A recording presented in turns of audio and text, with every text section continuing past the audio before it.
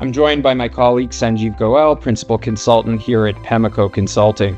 Sanjiev, you recently wrote a phenomenal article about microservices and how companies can use them, and perhaps what some of the pitfalls are.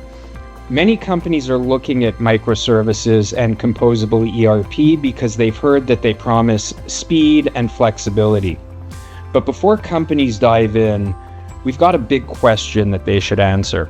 Or maybe you could answer. Can microservices really fix the weaknesses in their ERP systems? So before we look at answering that question, Sanjiev, to start, what exactly are microservices? Yeah, thank you, John. That's a good question. Microservices are small independent apps that each one of these can do a job or function really well, like pricing, product recommendation, forecasting, and rebates. They connect to your ERP system and any other system through a lightweight protocol or APIs.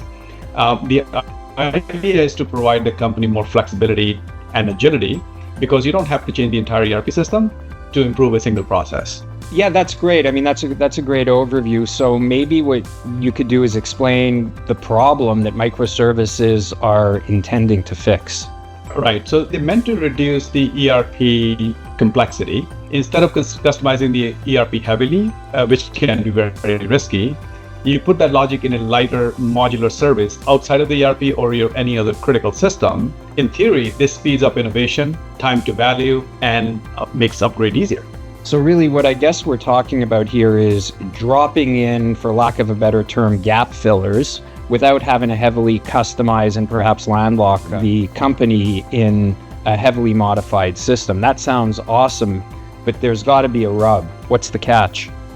Yeah, that's a good question. The catch is microservices work only if your ERP, if your critical system, your foundation is solid. If your ERP has messy data, inconsistent logic, microservices don't fix that. They actually could spread the problem across your organization.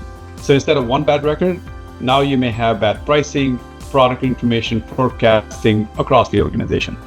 That is good insights. So if microservices aren't the fix, Sanjiev, what should CIOs and CTOs do before they go down this path? Yeah, so this is exactly what we cover in our article. We look at the key risks, the governance issues, and some of the questions every executive should ask before committing. The bottom line, strengthen your ERP or your critical system before adding any microservices. Yeah, so if you're thinking about composable ERP, if you're thinking about microservices, you're going to want to read Sanjiev's article before you jump in. Click the link and get the full read.